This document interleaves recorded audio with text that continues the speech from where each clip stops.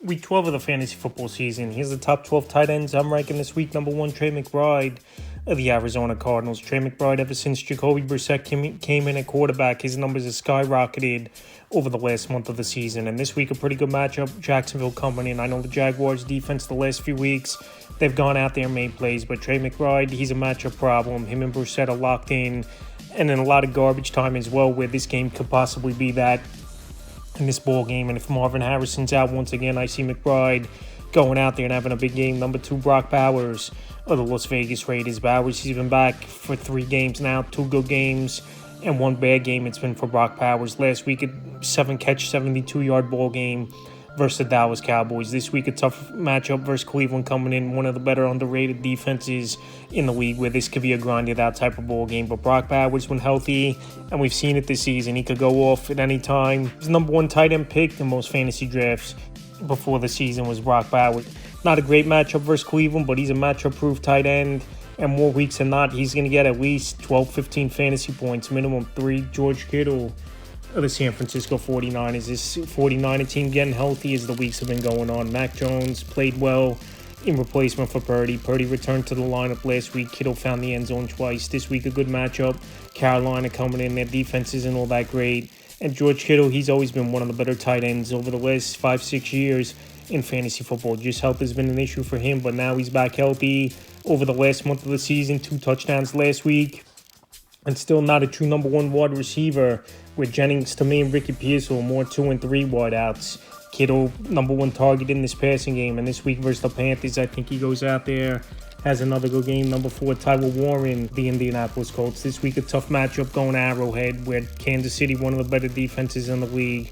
And obviously a tough place to play. But Tyler Warren, in his rookie season, he's gone out there and he's putting up some big numbers. He could line up anywhere in the formation. We've even seen him line up in the backfield at times, and coming off a bye week, and obviously they know they got to put points on the board, even though Indianapolis has been one of the more high-scoring offenses in the league, even though I think Jonathan Taylor is going to be a vocal point for them to try to stop and have Daniel Jones try to beat him. But like I said, Tyler Warren, he can run all the routes, he can make the plays, and this week, even in the tough matchup of Kansas City, he's a top 4 option for me. Number 5, Travis Kelce of the Kansas City Chiefs, staying in the same game. So Kelce, a lot of people wrote him off going into the season, but once again, Kelce, top 5 in fantasy points at the tight end position this season. Last week, it was a turn the clock back type of ball game for Kelce, where he went out there, he dominated, went over 80 yards, found the end zone at the Denver Broncos, even though it was a tough loss for the Kansas City Chiefs. And this week, it's a good matchup versus Indianapolis. I know in terms of creating turnovers and getting to the quarterback, Indianapolis is good at that, but they still give up their points.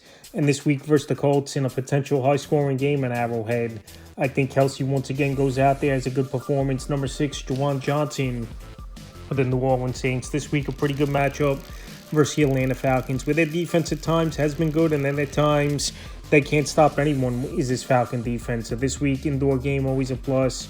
Back home for Johnson. Johnson, the number 2 option in this New Orleans Saints passing game behind Chris Olave after Rashid Shaheed got traded away at the deadline to the Seattle Seahawks. So Johnson, good hands, yard after catch, solid tight end. Now with the young quarterback Tyler Show in there a few games, his targets have gone up and the numbers have gone up. So this week with all those factors, I think Juwan Johnson could go out there once again and be a viable option for fantasy owners. Number 7, Jake Ferguson of the Dallas Cowboys. Jake Ferguson, it was a good game last week, found the end zone at the Vegas Raiders in the blowout victory. I know he's the 3rd option in the passing game behind CeeDee Lamb, George Pickens, and rightfully so, but Jake Ferguson and Dak Prescott, they've been on the same page all season long. Ferguson got a nice contract extension in the offseason, 4 years, $53 million, and he's amongst the league leaders at touchdowns. So this week in a matchup, no doubt about it, versus one of the better defenses in the league in Philadelphia. The last 2 weeks, locking down top offenses in Green Bay,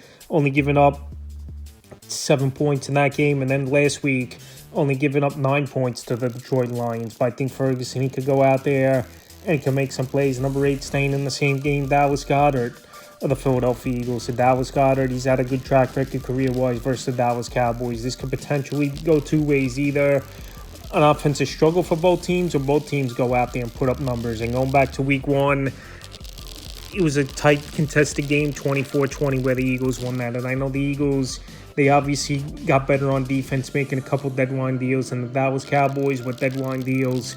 And also guys coming off injury got better defensively. But like I said, Dallas Goedert, he's been a solid tight end all season long. He's going out there making plays. I know last week he didn't do much in that game, but this week at the Cowboys, I think Goedert once again goes out there and he'll have a solid performance. Number 9, Cade Otton of the Tampa Bay Buccaneers. Otton last week, he had a down game. He didn't do much in that one, where pretty much it was the Sean Tucker show. 3 touchdowns in that one for Sean Tucker. Even Emeka Egbuka didn't do much. And this week, we'll see if Bucky Irvin's back in the lineup for Tampa Bay, where he's a versatile running back as well, like Sean Tucker. But this week, it's going to be a high-scoring game once again. Last week, they did put up 32 points, like I said, in Otton. He didn't do much in that game, but the last 3 out of 5 games, he's had double-digit fantasy points. And this week on the fast track in Los Angeles, I think Goedert bounces back. Number 10, Mark Andrews of the Baltimore Ravens. I know Mark Andrews has been a touchdown-dependent tight end, but he's getting those touchdowns once again. And last season, we saw the same thing. First month of the season, he didn't do much with Mark Andrews. And then he finished off the year still with 11 touchdowns. Still the number 2 target in this passing game is Mark Andrews, behind Zay Flowers, in my opinion. But in the red zone, he's the number 1 target in the passing game is Andrews. Now 2 games in a row, finding the end zone. And this week, in a good matchup versus the New York Jets, a defense that's traded away their top 2 guys in Quentin Williams and obviously Sauce Gardner and corner Michael Carter. I think Andrews could go out there and have a good ball game. Number 11, Dalton Schultz of the Houston Texans. Schultz still banged up. He got it out last week and played in 4 out of 5 games. He has double-digit fantasy points in PPR leagues. So this week in a matchup with Buffalo coming in Thursday Night Football, more times than not, these Thursday night games are high-scoring games. And they're going to have to keep up on the scoreboard with Buffalo. I know the Texans, they have one of the better defenses in the league, but still, I think Josh Allen and that offense is going to overcome that good defensive points on the board. So Schultz, he's been a matchup problem, middle of the field, good yard after catch guy. And also as well, he's the number 2 option easily in this Texans passing game, behind Nico Collins, number 12, Harold Fannin Jr. of the Cleveland Browns. So Fannin, the last couple weeks, he's really taken over at the tight end position, where David Njoku, his snaps have gone down and his fantasy numbers have gone down. So this week in a matchup at Vegas, obviously their defense hasn't been good a majority of the season. Last week we saw Jake Ferguson find the end zone versus defense, and with Shedeur Sanders possibly starting, unless Dylan Gabriel clears concussion protocol. Regardless of the quarterback, we know young quarterbacks' security blanket is always the tight end position more times than not. And this week at Vegas, I think Fannin could go out there, have a good ball game. 13, Kyle Pitts, the Atlanta Falcons. So Pitts, he's been falling down the rankings pretty quickly over the last month of the season. So we know Michael Penix, he's out at least 4 games with the knee injury. Now Kirk Cousins stepping back in at quarterback. And I think a little bit this could help the offense for this New Orleans Saints team with Cousins. I know he looked bad in that start a few weeks ago versus a bad Miami Dolphin defense, but now at New Orleans, their defense isn't that good. It's an indoor game, which is always a plus. And with Drake London out, we could see an uptick in targets in this one for Kyle Pitts. But even with a good matchup and with London out, he's just been inconsistent throughout his whole career as Kyle Pitts, and you just don't know what to expect week in and week out. 14, Hunter Henry with the New England Patriots. So Henry's definitely taken a back seat over the last few weeks here, but still cracks the top 15 with a good matchup at the Cincinnati Bengals.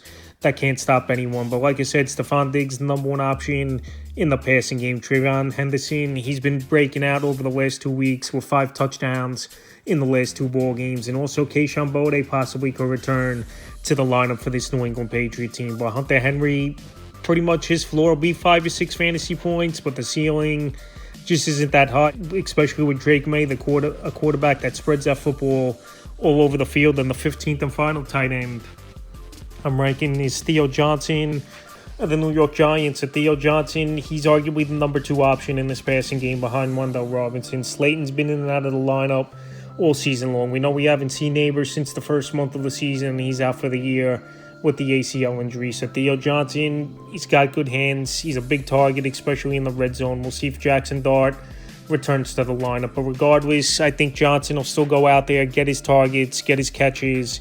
And this week it's going to be a matchup at Detroit where they're going to be chasing points and have to throw early and often. So that's the top 15 tight ends I'm ranking for Week 12 of the fantasy football season.